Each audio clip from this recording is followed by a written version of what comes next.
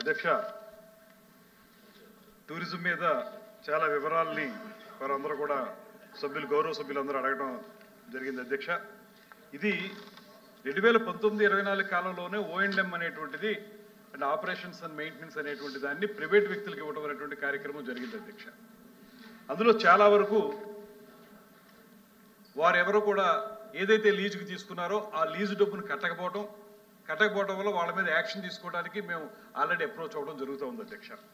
అదేవిధంగా 2019-24 వరకు జరిగినటువంటి అంశాల్లో వారు అడిగింది ప్రధానంగా ఎలాంటి అభివృద్ధి జరిగిందనేటువంటి విషయంలో అప్పుడు 2019-24 మధ్యలో జరిగినటువంటి విశాఖపట్నంలో జరిగిన పారిశ్రామిక సదస్సులో టూరిజం రంగానికి 21,941 కోట్ల రూపాయల పెట్టుబడులకి 129 సంస్థలతో ఒప్పందం కుదుర్చుకున్నాం అనేటువంటి మాట చాలా ఘనంగా చెప్పారు అధ్యక్ష.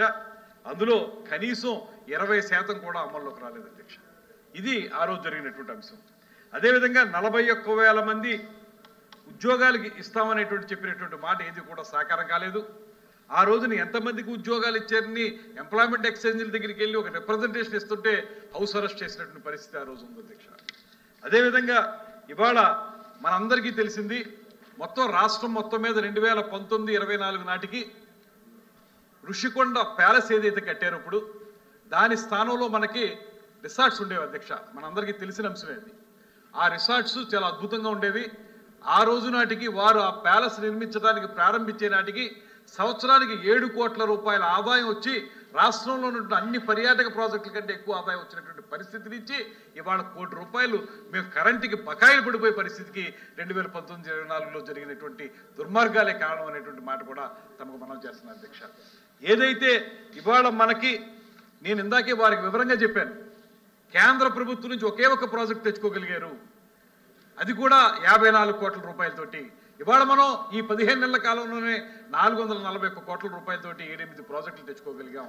అదేవిధంగా ఆ రోజున ఆ ప్రభుత్వం చేసినవి పాండ్రంగిలో అల్లూరు సీతారామరాజు గారి గ్రామానికి చిన్నపాటి రిపేర్లకు సంబంధించి 2 కోట్లు ఇచ్చారు తప్పితే మిగతా డబ్బు అంతా కూడా 434 కోట్ల రూపాయలని ఋషికొండ ప్యాలెస్కే ఖర్చు పెట్టినటువంటి పరిస్థితి.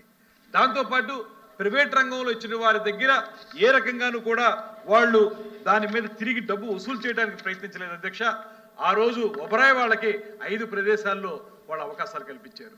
ఇందులో చూస్తే ఇవాళ ముంతాజ్ పేరుతోటి ఒబరాయ్ వాళ్ళు పెట్టారనేటువంటిది ఏదైతే ఉందో అది ఆ రోజుని 2019-24 మధ్యలోనే శాంక్షన్ చేసినటువంటి అంశం అధ్యక్ష.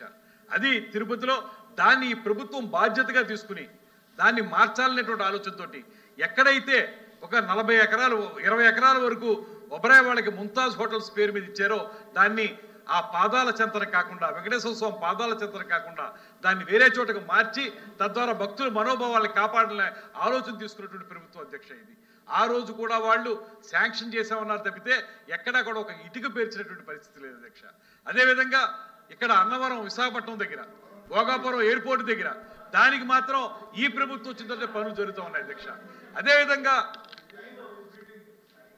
ఏ టైము అధ్యక్ష వారు అడిగిన ప్రశ్నలకే నేను సమాధానం చెప్తా ఉన్నాను. మీరు 2019-24 వరకు జరిగినటువంటి కార్యక్రమాలు ఏ రకంగా ఉన్నాయనేటువంటి మాట అడుగుతున్నారు. దానికి నేను చెప్పేది ఆ రోజు మీరు శాంక్షన్ చేసినవేవి కూడా మీరు ప్రాపర్గా చేయకపోవటం వల్ల వాటిని మేము ప్రారంభించడానికి అవకాశం దొరకలేదు. దాన్ని మార్చి ఏ రకంగా ప్రజలకు ఉపయోగపడతాయనేటువంటి ఆలోచన చేసి ఇవాళ మళ్ళీ కొత్తగా మీరు శాంక్షన్ చేసినవి మేము వచ్చాం కనుక క్యాన్సిల్ చేస్తామనేటువంటి మాట మాత్రం మేము తీసుకోలేదు. వాటిని కంటిన్యూ చేయడానికి వాటిని ఏ రకంగా ముందుకు తీసుకెళ్లాలనేటువంటి ఆలోచనతోటే వాటిలో మార్పులు ఏమన్నా అవసరమైతే మార్పులు చేసి ఆ ప్రాజెక్టులు ముందుకు తీసుకెళ్ళడానికి ఈ ప్రభుత్వం ప్రయత్నిస్తుందనేటువంటి మాటని తమ ద్వారా తెలియజేస్తూ ప్రైవేట్ రంగం అంటే ఇక్కడ దయచేసి ప్రైవేట్ రంగానికి పీపీపీకి ఉన్నటువంటి ఆ తేడాన్ని గమనించాల్సిందిగా నేను కోరుతా ఉన్నాను. పబ్లిక్ ప్రైవేట్ పార్ట్నర్షిప్లో ప్రైవేట్ ఉంటుంది, పబ్లిక్ గవర్నమెంట్ ఉంటుంది కనుక దాన్ని దృష్టిలో పెట్టుకుని ఏదైతే మీరే ఆ రోజు ప్రారంభించారో మీరే ప్రారంభించారు, మేము ప్రారంభించింది కాదు. 2019-24లోనే O&M ప్రైవేట్ వాళ్ళకి ఇచ్చారు, మీరు దాన్నే మేము కంటిన్యూ చేస్తున్నాం అనేటువంటి మాటని తమ ద్వారా తెలియజేస్తున్నాను అధ్యక్ష. చైర్మన్ గారు ఒక చిన్న క్లారిఫికేషన్